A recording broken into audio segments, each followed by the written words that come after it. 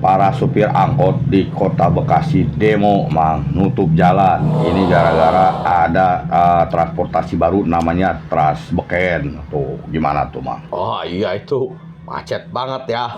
Oh, saya mau dengar komentar dari Mamang. Ya, dalam hal ini kita harus bijak, Bang Iwan. Harus bijak. Jadi jangan melihat dari satu sisi. Karena kan mata uang itu ada sebelah kiri sama sebelah kanan. Ini sama dengan mata sia. Wah, sopan memang suasia. Ya, maksudnya yang namanya mata uang ada kiri ada kanan. Jadi setiap kebijakan itu ada baik ada buruknya gitu kan. Oh. Nah, begitupun masalah demo ini. Sesuatu yang punya tujuan yang baik ya harus dilakukan dengan cara yang baik gitu ya. Betul Baik itu. dari sisi supir angkot atau pengusaha angkot maupun dari sisi pemerintahnya. Kasih contoh, Mang. Ya. Apa contohnya? Maksud yang baik harus dilakukan dengan cara yang baik ya. Contohnya gini, Mang Iwan misalnya makan. Makan itu kan tujuannya baik. Supaya apa? Supaya sehat dan mempertahankan hidup. Tapi nggak bisa Mang Iwan makan sambil salto, ya? Atau sambil juggling bola, nggak boleh. Harus makan dengan cara yang baik. Nah, begitupun supir angkot. Maksudnya adalah demo untuk menyampaikan aspirasi, ya.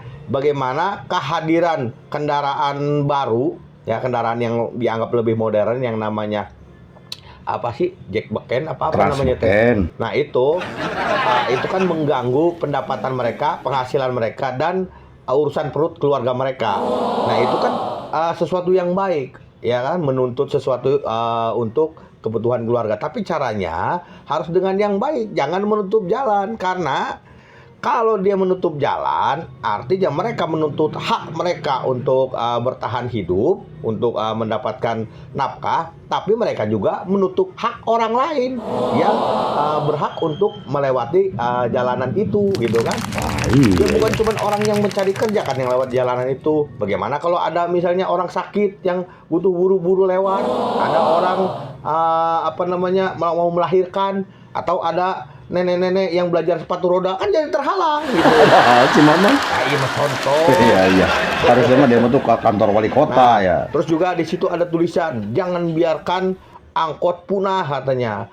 Ya itu sebuah keniscayaan, Mang Iwan. Apa itu keniscayaan? Ya sesuatu yang tidak bisa dihindarkan karena modernisasi itu terus berlanjut. Dulu kan di negara kita tuh banyak kendaraan itu kan dokar, alat transportasinya itu dokar, sado, ya kayak gitu yang pakai kuda. Nah begitu hadir mobil, kan nggak ada supir sado atau dokar itu pada demo, ya kan, tutup jalan atau misalnya merubah kudanya jadi kuda catur, kan enggak. Kuda catur. Ya ini mah contoh gitu. Saya kan hidup di Jakarta ini, dari lahir di Jakarta, besar di Jakarta, sampai tahun 2008 saya di Jakarta. Udah banyak kendaraan transportasi umum yang punah di Jakarta. Tapi ya nggak ada masalah, karena apa? Penggantinya dirasa lebih modern dan lebih adaptif terhadap keadaan saat ini. Apa aja yang punah? Contohnya oplet, bemo misalnya. Terus Metro Mini. Metro Mini sekarang udah nggak ada. Oh, Metro Ya Mini kan? udah nggak ada. Nah, terus apalagi banyak kendaraan-kendaraan kayak Patas juga sekarang udah nggak ada. Jadi kepunahan itu dan digantikan dengan yang baru sebuah keniscayaan. Jangan kita bernostalgia dan susah diajak modern begitu. Tapi kan mereka kehilangan pendapatan. Arus menyesuaikan lah dengan arus kecanggihan saat ini gitu. Ya, terus caranya mereka bertahan hidup gimana? Nah, itu untuk supir angkotnya. Sekarang dari sisi pemerintah Kota Bekasinya, tuh. sama tadi, kalau ingin tujuannya baik, ya caranya juga harus baik atuh. Mungkin kan tujuannya menghadirkan kendaraan yang Jack Beken itu ya, supaya mengurai kemacetan, terus supaya jalan itu tidak pakusut lah sama angkot karena terlalu banyaknya angkot misalnya. Nah, cikal bakalnya kekusutan ini kan angkot, ya harusnya angkot itu diajak bicara sebelum mengadakan transportasi yang baru itu. Ujung-ujung ada aja gitu, diajak bicara dulu. Iya, harusnya gitu. Syukur-syukur direkrut. Ya jadi si para pengusaha angkot diajak bicara, para supir angkot diajak bicara, direkrut. mungkinkah di merger atau menanam saham di apa namanya teh di transportasi yang baru ini gitu. Jadi ada keikutsertaan. Mereka pun nggak akan berdemo kalau diikutsertakan. Misalnya dites jadi supirnya, misalnya untuk yang supir nih, dites jadi supirnya. Atau nah, saya justru apresiasi sama Jakarta. Angkotnya tidak dihilangkan tapi diambil alih sama pemerintah. Yang angkot yang sudah busuk ya disingkirkan, ibaratnya diperbaharui. Nah, diambil sama pemerintah, supirnya digaji. Jadi angkotnya dijual ke pemerintah, supirnya digaji ya dengan gaji tetap.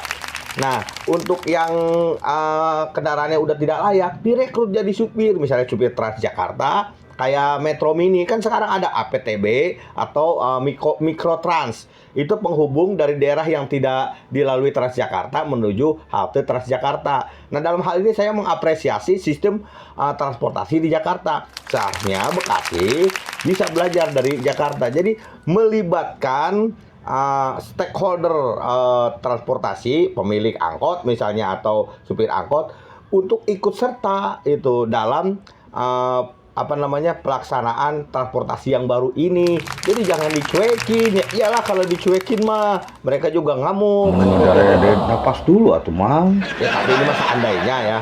Saya mau bicara seandainya. Kalau seandainya manusia bisa terbang gitu ya, kayaknya kita nggak butuh alat transportasi ya, Bang Iwan ya. Ya kalau manusia bisa terbang, matu kembali ke zaman purba nantinya. Kembali ke zaman purba gimana? Artinya manusia tidak pernah menciptakan kendaraan, jalan raya pun jadi tidak ada atuh. Oh iya ya. Berarti kalau manusia bisa terbang, kita nggak butuh jalanan aspal, kita nggak butuh pesawat, kita nggak butuh kendaraan-kendaraan lain. Akhirnya yang terjadi apa ya? Kita masih hutan kali ini ya, dunia ini. Ya iya. Ya yang lebih bahaya lagi kalau gajah yang terbang, Mang Iwan. Terus untuk di atas atau untuk naon hinggap di atas genteng kita. Wah janganlah. Ya mendingan kayak begini aja udah nggak usah terbang. Biar nggak pada hancur rumah.